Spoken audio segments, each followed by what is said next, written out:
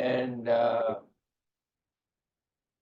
photogram, and I also probably to a whole of this forum, I showed a few slides which consisted of tables which were taken from American Journal of Obstetrics and Gynecology about management of labor, and those are quite useful. For example, indications of induction of labor, at what time should it be done in, say, hypertensive pregnancies and diabetic pregnancies, or intrahepatic cholestasis, and so on and so forth. And similarly, there was a table which showed that in what conditions labor may not be induced, and also some of the agents which are used for, as a matter of fact, all the agents which are used for induction of labor, they were also given, and the dosages, and how should they be administered. Similarly, the medicines which we give during the third stage to prevent postpartum hemorrhage and to facilitate third stage of labor, those are also given. Now, actually, the whole concept of this management of labor, this comprises the major portion of the subject of obstetrics.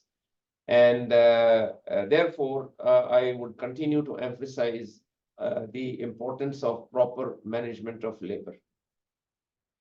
On this forum, the participants who are joining us virtually, their objective essentially is to get guidance to pass the examination.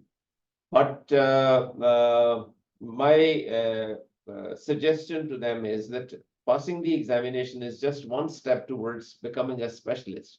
But how you fare as a specialist, how do you manage your patients, how do you practice, that is more important than passing the examination. Passing the examination is just one step towards that, and that you will obviously do. And if you are trained very well, you know the things inside out, then passing the examination should also not be a problem at all. Last evening, we were having a meeting, informal meeting of our own group of doctors.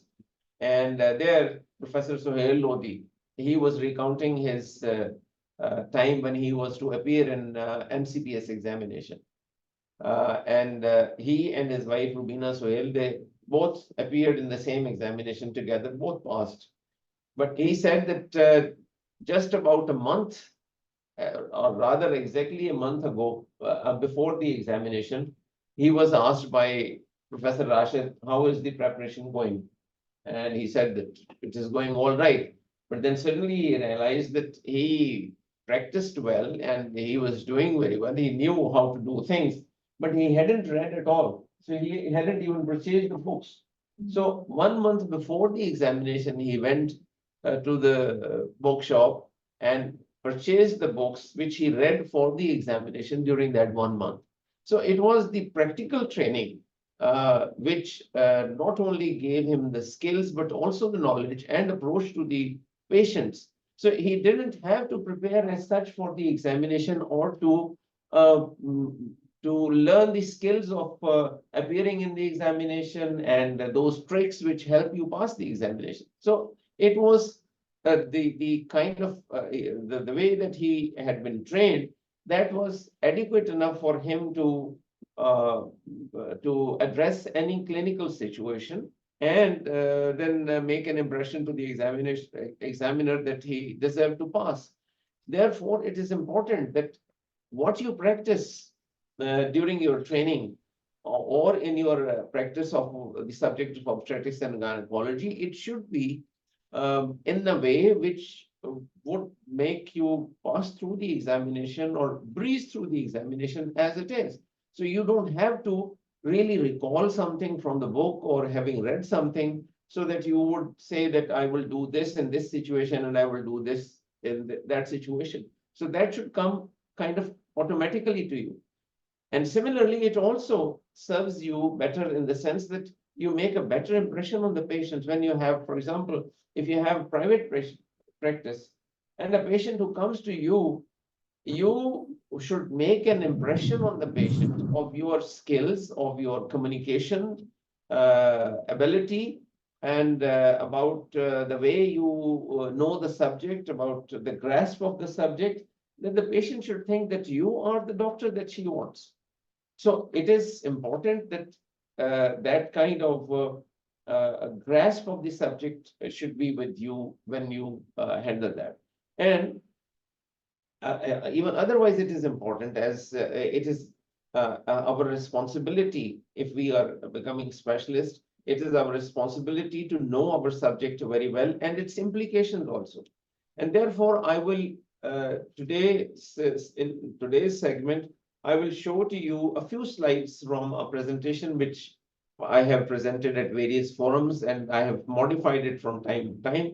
But I am going to present to you only a few slides of them to make you start thinking, looking for some of the answers, looking for those areas to read up and increase your awareness about those aspects. And then in the second segment, I will talk to you about the practical aspects of managing labor. For example, we can just have that labor care guide chart in front of us, and then we'll see that it is not only important, or it is not only required that we fill up the chart. That is something which a robot would do.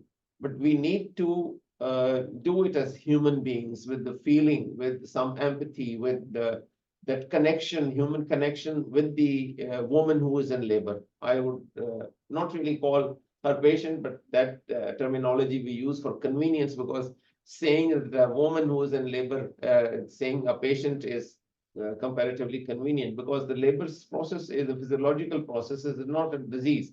So first of all, I'll go through those a few slides, about 10 slides, which may not be enough, and which may even raise some questions, but I can answer them later on. The original presentation consisted of 74 slides. I just chose a few of them. That's about maternal and perinatal health. And where is that? Share my screen.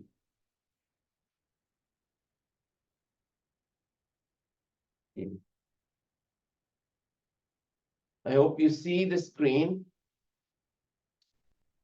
This is about maternal and perinatal health. I'll not speak too much about each of these. The presentation was about improving the health of mothers and the unborn child.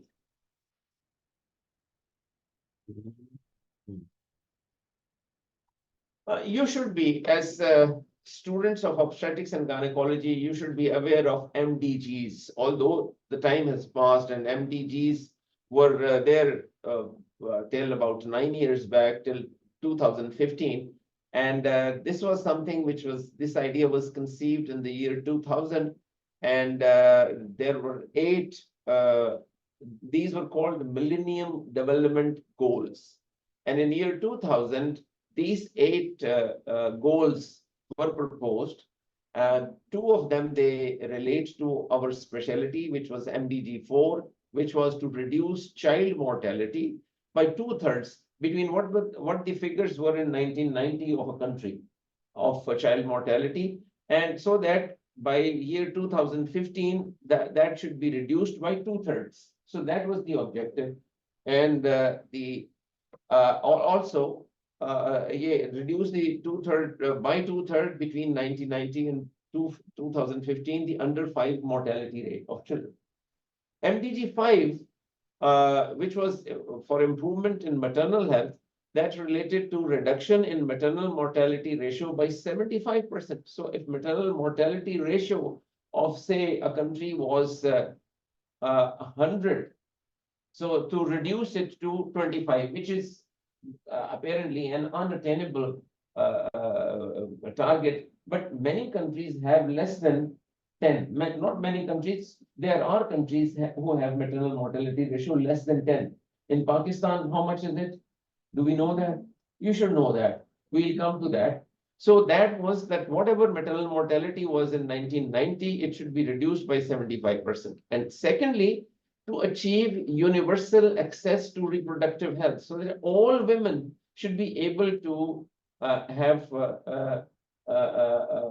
easy access and approach to reproductive health, which is an all-encompassing concept. Reproductive health does not constitute only obstetrics and gynecology, but it's sexual rights and other things that we will come to later. So this is a slide about which this should stimulate you thinking about what MDGs were, where we stood. And on the left side, if you see here under this, this shows what was achieved. So the global under 5 mortality rate declined by more than half, not by two-thirds, which was the objective, dropping from 90 to 43 deaths per 100,000 live births. That is the rate by which it is calculated. And the maternal mortality, instead of reducing by 75%, reduced by 44%. It was 385 globally. There were countries which had more than 700, and it came down to 2016.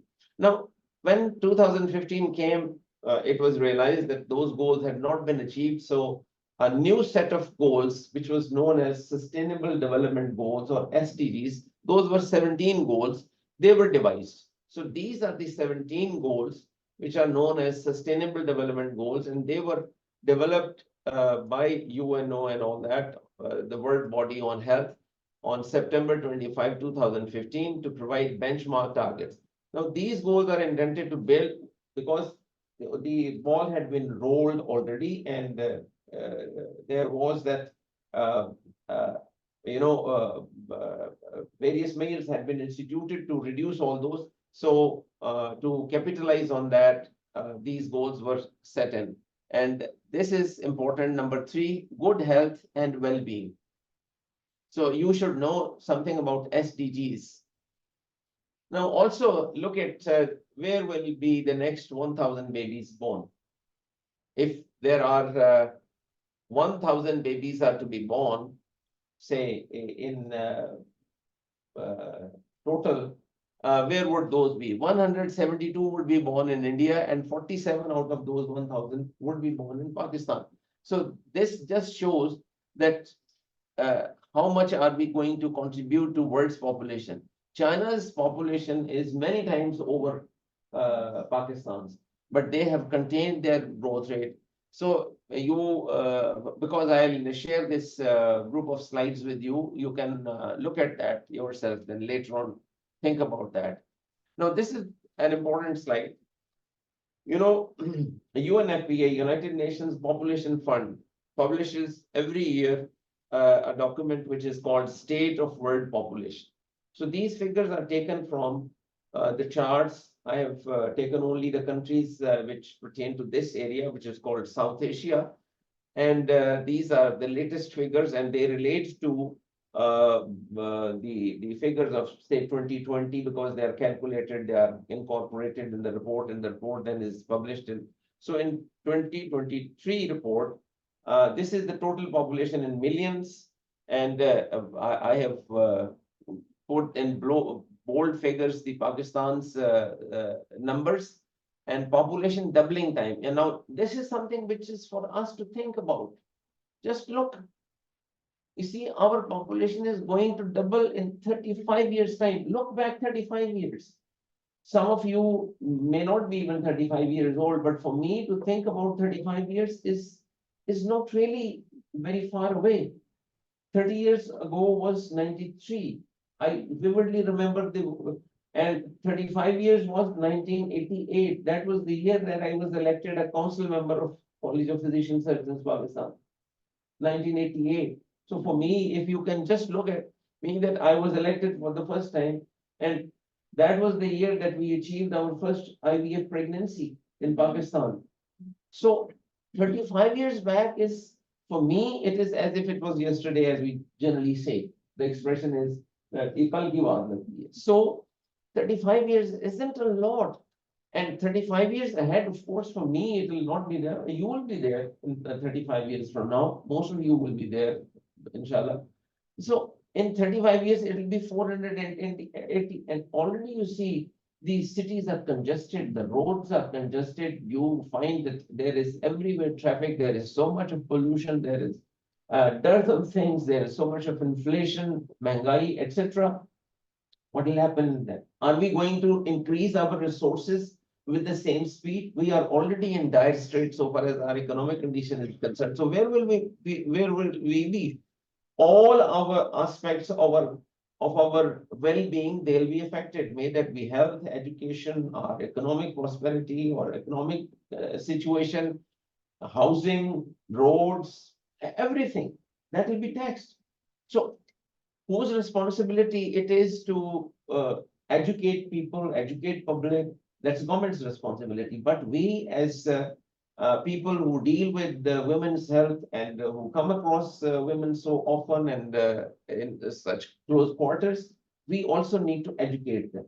And someone who comes to us and has got 3 or 4 children, we need to tell them about the importance of contraception, about birth spacing, about the need, and so on and so forth. So that is our responsibility as well. That's why it is important to know these figures. That and what is the fertility? If you look at it, it is dismal. You know, when in 1971, East Pakistan separated and became Bangladesh, East Pakistan's population was larger than West Pakistan's, what is now Pakistan. In 1986, we kind of mashed. They controlled their population, we continue to grow. And in 86, it was equal on both sides. And now the population, look at that. Bangladesh population in 23 is 173, and they have almost 70 million people. 7 crore humse kam hai. And their fertility rate is, that is, they have 1.9 children per woman, and we have 3.3 children. And within this region, and India's population, you know, India at the moment is the most populous country in the world. It has overtaken China, but it is controlling it. And that affects, you see, this speaks volume of the health status. You look at the male-female life expectancy. All countries except Afghanistan, they have better expectancy. Nepal even has 69, and look at the figures of Sri Lanka. Sri Lanka is doing so well. This is something that we, so therefore it is important to know what are the demographic figures are like, and they are quite revealing and they relate to us. This is maternal mortality ratio, sexual and reproductive health, that is one, and that is the rights of women. That's also important. And if you look at the, again, if you just look at what was the maternal mortality ratio in 1994, 2015, 2017, and instead of making progress in those 3 years, we reversed that progress. In 2017, our maternal mortality had come down to 140 per 100,000 live births. And into 2020, it was 154. So where are we? What are we doing? Okay, so this maternal mortality figure, this is relevant. And then the perinatal. Perinatal is stillbirths plus neonatal deaths. And neonatal death, you know, is within death of child within 28 days. Early neonatal death is within 7 days. So perinatal period in life has the highest risk for mortality. And annually 4 million low and middle income, LMIC or MMIC, low middle income countries.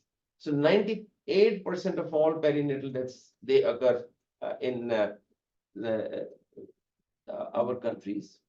And if you look at the estimated annual stillbirths, 2.6 million, 98% occur in low, 75% in sub-Saharan Africa and South Asia. So we are major contributors to that. So this is important. And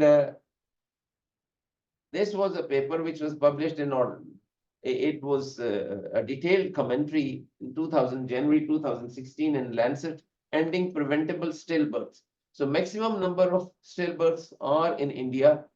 Number 2 is Nigeria, and number 3 is Pakistan.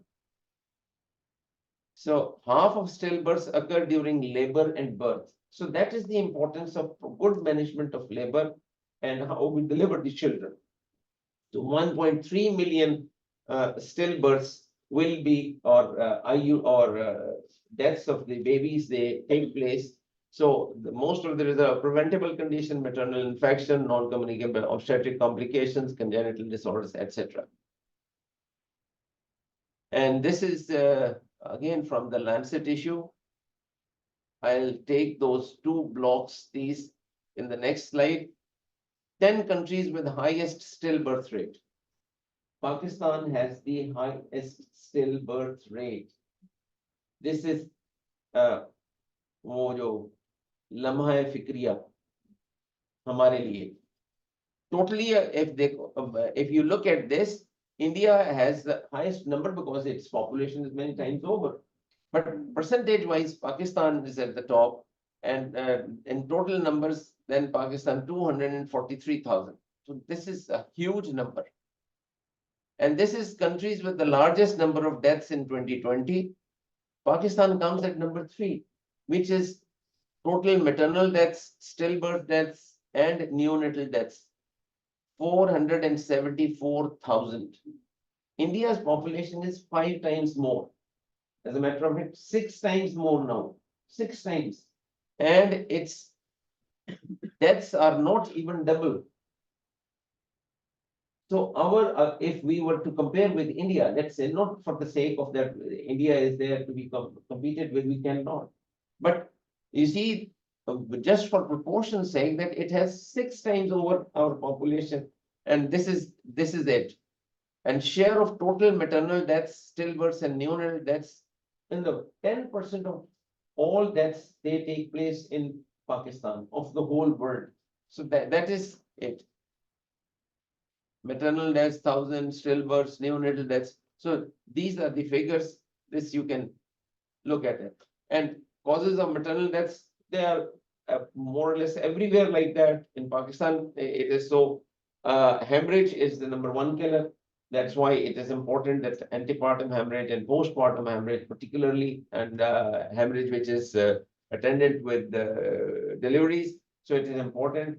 And I must commend Rubina's efforts in those bundle approach of management of third state and BPH, etc., that she is carrying out. That's great contribution. But that is responsible for 41% of deaths. This was out of a survey which was carried out in 2019 in Pakistan, maternal mortality survey, key indicators. So, and second is hypertensive disorders. No, these are preventable deaths. Hypertensive disorders, you manage hypertension, you recognize, identify those problems well in time, and then you manage them well, deliver them in well in time. And how unfortunate would it be if we find that a woman has died because of hypertensive disorders which were not managed well, and in which the patient was not delivered at time. And similarly, hemorrhage. Other obstetric infection is abortions. We'll talk about that sometimes later. That's also an important contributor. That is the third important cause of maternal deaths and infections. So maternal health issues in Pakistan are these: low contraceptive prevalence rate, unwanted pregnancies, unsafe abortions, higher rate of abortions, lack of skilled attendants at birth. Now, if you look at this slide, this is births attended by skilled health personnel percent. Pakistan doesn't seem to do that bad, but there is something wrong. वो मैंने slide इसमें add नहीं की. 1 minute में तुम लोगों को दिखाता हूँ. एक और स्लाइड है.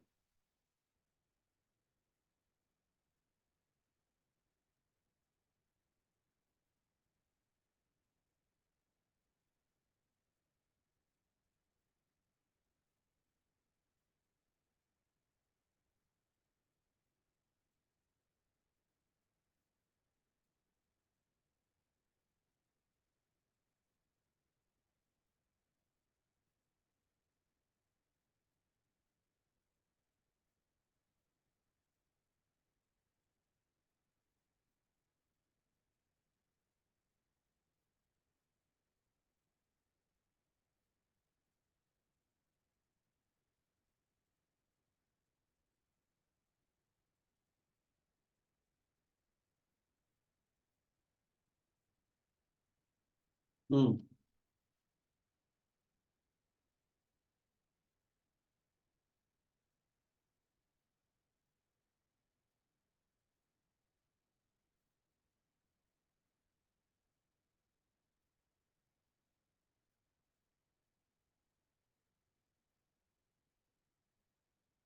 This was a 2018 report that riskiest place to be born is Pakistan because for every 1,000 babies born in Pakistan in 2016, 46 died before the end of their first month.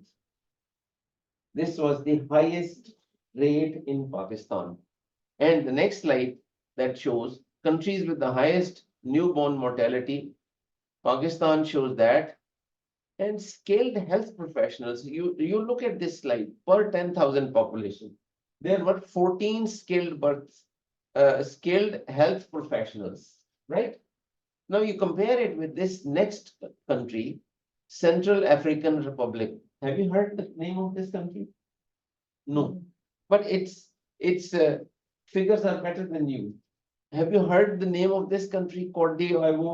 This previously was known as Ivory Coast, Lesotho, Guinea-Bissau. These are the countries which are doing better than us.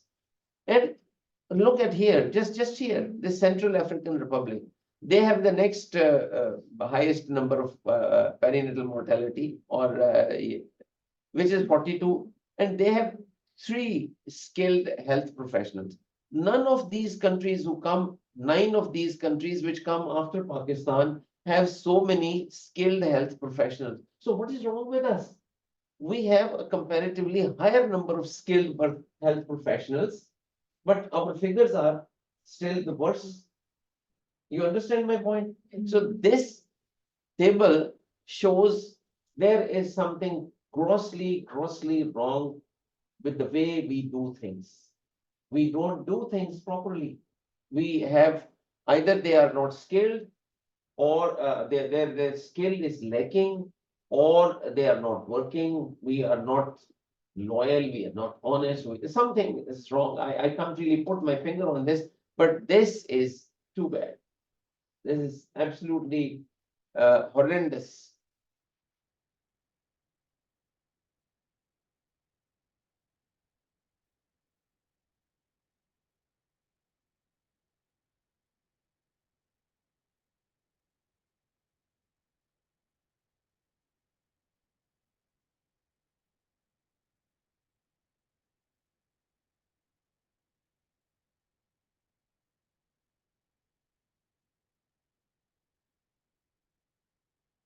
So here we are. Now, you know that low contraceptive prevalence rate and unwanted pregnancy, lack of skilled attendance at birth. When we looked at that previous slide, we were, hello, मैं class में हूँ, आ जाओ इधर, आना तो, शाबाश, ठीक, चलो, कॉन्ट्रासेप्शन पे, ओके, मैं तो इधर तुम्हारी तारीफें कर रहा हूँ, चलो, चलो, ओके, ठीक, अच्छा. So, lack of skilled attendance. No, 71% of deliveries are attended by skilled birth attendants, and still we have this kind of figure. So there is a problem. The attendance, there is lack of skill, or there is no attendance, and we just fill in the figures. Well, what can we say for us? I mean, we keep blaming political system, the leaders, etc. Everyone is to be blamed, but there is something wrong, grossly wrong somewhere. So non-existent postnatal care, there is a major chunk of women who die even in the postnatal period, and they have problems. Only a day before yesterday, I downloaded a paper which is I'll show you. It's about the need of in the post-operative period. So malnutrition and micronutrient deficiency and reproductive and sexual rights, and reducing maternal mortality or deaths. The measures are quite simple. There is not a great amount of technology which is involved in that. You need family planning, antenatal care, skilled birth attendance, and skilled birth attendance is to uh, deliver the baby safely and to know when there is likely to be complication and shifting the patient to a facility where that complication can be handled. So all that is all in assessment, in that assessment, that and that is what I am emphasizing. Now you see, skilled birth attendant is a professor of obstetrics, and skilled birth attendant is a trained midwife. A midwife who is trained, that is also known as skilled birth attendant. So you don't have to have an FCPS to become a skilled birth attendant. And I would say that there are many FCPSs who are not skilled birth attendants, right? So therefore, that's my focus is on that. That when you are studying so much, you are passing the examination. What is the objective? What is the objective of the objective ultimately is the practice of the art of obstetrics and gynecology in various positions. You may become a senior registrar, an assistant professor, and ultimately a professor and head of department of all that, or you go into private practice and you become a private specialist, or both, or whatever. But you are going to practice obstetrics and gynecology. And if you are going to do that, then you should be skilled, properly skilled. You should know the implications of that skill. So please do not concentrate only on passing the examination. It is our moral duty to acquire those skills and become proficient in those, and reduce the maternal deaths as far as possible from with our own hands, and also with so many people. I mean, we can train them, we can instruct them, we can guide them, we can help them in becoming better skilled birth attendants. Maybe at whatever level. You see, training of midwives is an important component of our responsibilities. So if we do that, that's important. And emergency obstetric care. Please ask yourself, all those who are attending this, how many of you are aware of the various components of emergency obstetric care? What is the basic emergency obstetric care and what is comprehensive emergency obstetric care? There are a few components of that care which are known as basic emergency obstetric care, and then there are other components which are added to that which make it comprehensive emergency obstetric care, and then postnatal and post-abortion care. Now, if you look at these are comparatively simple 5 mayors. And for with these 5 mayors, let us all ourselves assess ourselves how far we feel confident that we will be carrying out these duties well. And then this was summary of that longish presentation. Reducing maternal mortality, again the same, and reducing perinatal mortality is antenatal interventions. You carry out proper antenatal checkups of the women, and it is not only the woman, because there are two patients, the child, the fetus is there, so you assess the fetal well-being as well, and then labor and delivery interventions, proper labor, because one of the slides showed that almost half of stillbirths they take place during the process of childbirth. So it is important that we manage labor well. We institute those mayors and those facilities in such a manner that a proper skilled for that particular level of healthcare facility that is available for women, and then post delivery and other interventions. So that is simple. So proper labor delivery care is important for mothers, and it is also important for the babies. So these are the simple measures which we need to do, and for that we need to, well, वापस हम उस पे आते हैं फिर अब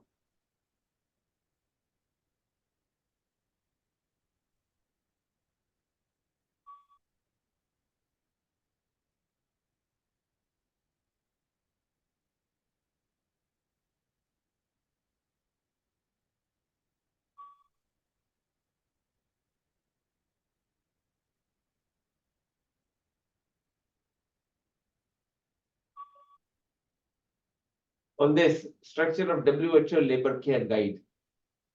As I said, that it is not important only to just fill that up or have it posted on the uh, labor room walls.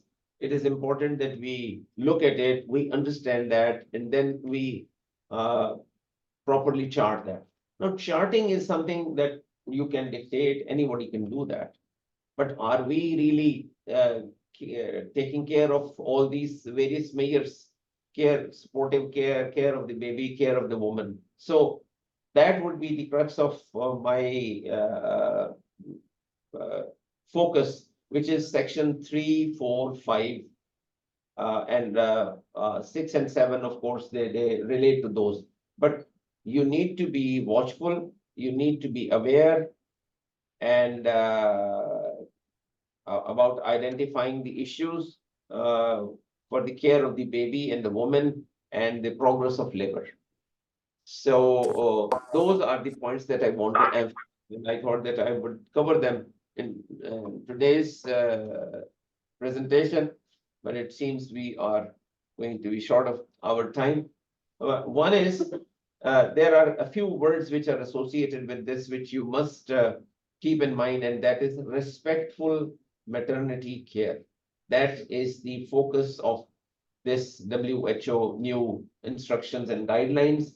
And that is something which, if you think of it, should come naturally, and it should be the basic thing. Respectful maternity care, respectful care of the patient, the respectful way that we meet the patient. It is not only empathy, it is a way that we provide them with sensitivity, we deal with them with sensitivity, we are aware of their pain, their situation, and we provide that sympathetic management which evokes the confidence of the patient, because it is important. The patient puts her life and well-being in our hands, and it is then our responsibility to take care of that in that manner. And you must have observed that when I am trying to push the curtain of a cubicle away, I always say hello, how at that time. So you announce yourself that you are going in, you are going to be with the patient. Although, and you have to take the permission of the patient to examine, explain, take permission and explain that this is what you are going to do, that kind of thing. Now, learning objectives of this care is not, again, I would emphasize, is not only filling up the chart, that you should know when to perform a physical examination, when to perform a pelvic examination, how to monitor labor, how to monitor contractions, and with what frequency to chart the fetal heart, and to make yourself familiar with the CTG, for example, in those facilities where CTG is. And if the facility where CTG is not there, then what do? You then listen to the fetal heart, and listen to the fetal heart in relation to the uterine contraction. So that kind of care that I would be emphasizing upon. And when you do pelvic examination, what do you look for? How do you do a pelvic examination? So please write down these questions and find out the answers for that. That number one, how do you make a diagnosis of onset of labor? And I want you people to write answers about how do you make a diagnosis that the woman is in labor. Number two, once you've made that diagnosis, what do you explain to the woman? What you would say, I will counsel the patient. So what counseling would do? What are those points that you will tell? Number three, how do you nurse the woman in labor? You understand from this? So nursing is not only taking temperature or pulse, etc. How do you? I'm not going to divulge that, because you have to answer about this.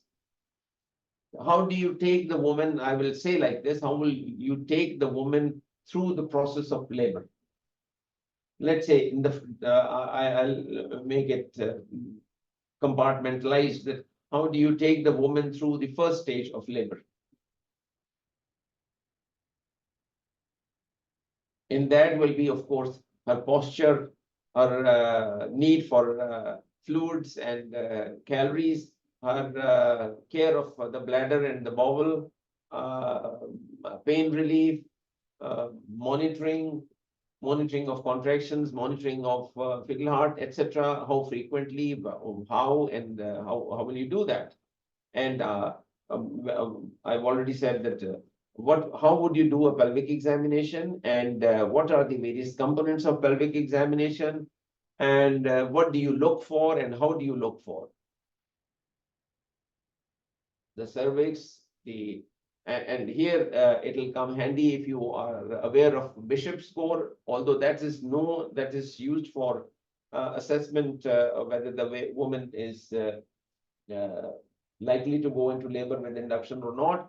But and you don't use that terminology of Bishop score when you are examining a woman who is already in established labor. Then you would uh, uh, uh, focus on the cervical dilatation, cervical effacement, thickness, etc., and also the station of the head where it is, and also position of the. We are talking of vertex presentation, position of the vertex. So how do you assess the position of the station of vertex, and how do you assess the position of vertex? Whether it is occipital, lateral, or transverse, anterior, posterior, and what are various means by which you assess that. And what do you do when the cervix is fully dilated? What do you do at that time? When the second stage begins, now let's uh, have some questions about the second stage.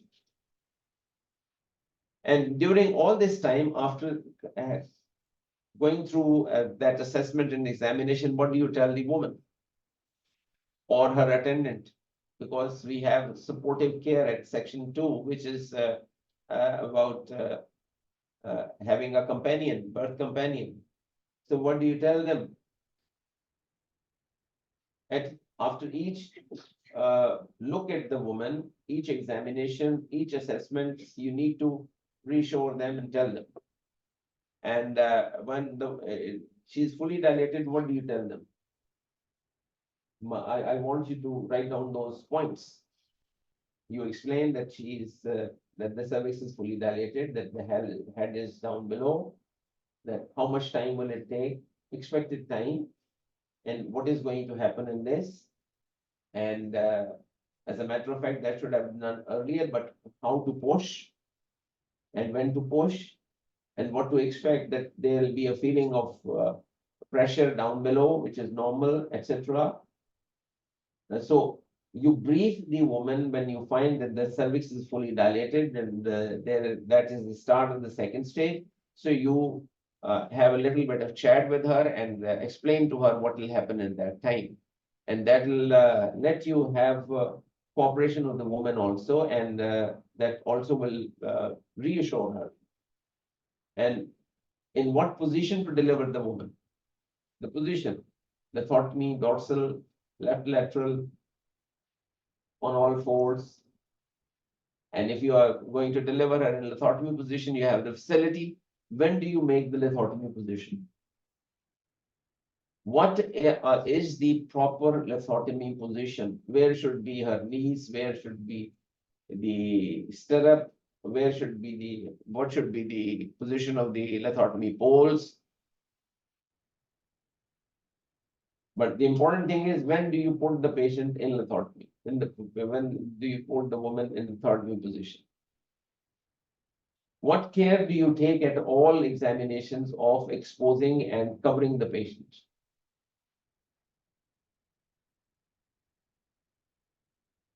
वो हर जगह पे आएगा. And how do you encourage the woman to bear down? not too loud, not all the people present around. And if episode, how to iron out perineum, when to do episiotomy if it needs to be done, how to support the perineum and head. Do you know you have to support the head as well? Because if there is sudden expulsion of head, which is actually that kind of thing is magnified in what is breech delivery, which is sudden compression and sudden decompression, but that also can happen in cephalic vertex presentation. So there is sudden popping out of the head. So how are you going to? So you do not support only the perineum, you also support the uh, delivery of the head. And generally, it used to be taught that the head should be delivered in between two contractions so that it does not come out with force to prevent damage to the head, cranium of the baby, intracranial damage, and also not to inflict excessive damage on the perineum or tearing or extension, undue extension of episiotomy. So if the head is delivered, because if it is allowed to come down gradually, if it is allowed to dilate or stretch the perineum, then there will be lesser chance of doing an episiotomy, number one, or if episiotomy is done, it will be comparatively smaller. Number three, there will be lesser bleeding because of having stretched the perineum and all that. So lesser bleeding. So if you give that time, but if you put the patient in the thoracotomy as soon as she is fully dilated, then ultimately you will get impatient. Why isn't she delivering? So what is the duration of second stage that you would allow? How would you monitor the fetus during second stage? What is the analgesia that is to be given? So there are so many things in during that time. And then the third stage. Third stage ये सवाल भी इसी तरह से आप लिखोगे साथ. When to give oxytocin? And in case that there is no assistance available at that time, how are you going to do that? Or what alternatives are there? Are you, if you do not have someone, if you are doing a domiciliary delivery or someone is delivering in that environment, or a midwife in a primary health care, so what would she do? So role of oxytocin in third stage, delivery of the placenta, immediate aftercare, and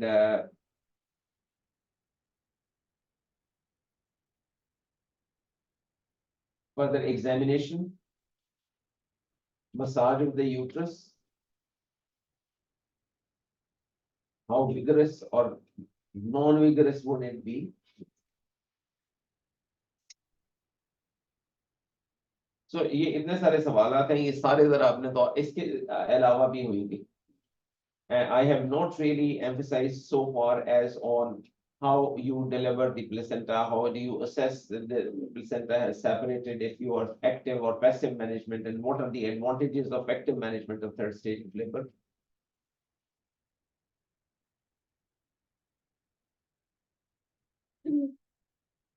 I would strongly urge all those who have joined us on the net virtually to really write down the answers to all of these questions that I have written, because those are the things that are ultimately going to be written here or plotted on the this labor care guide.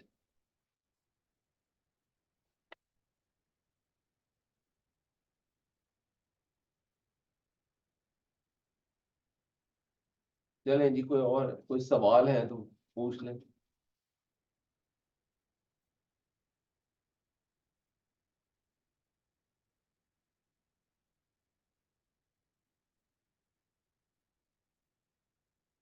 ठीक है जी.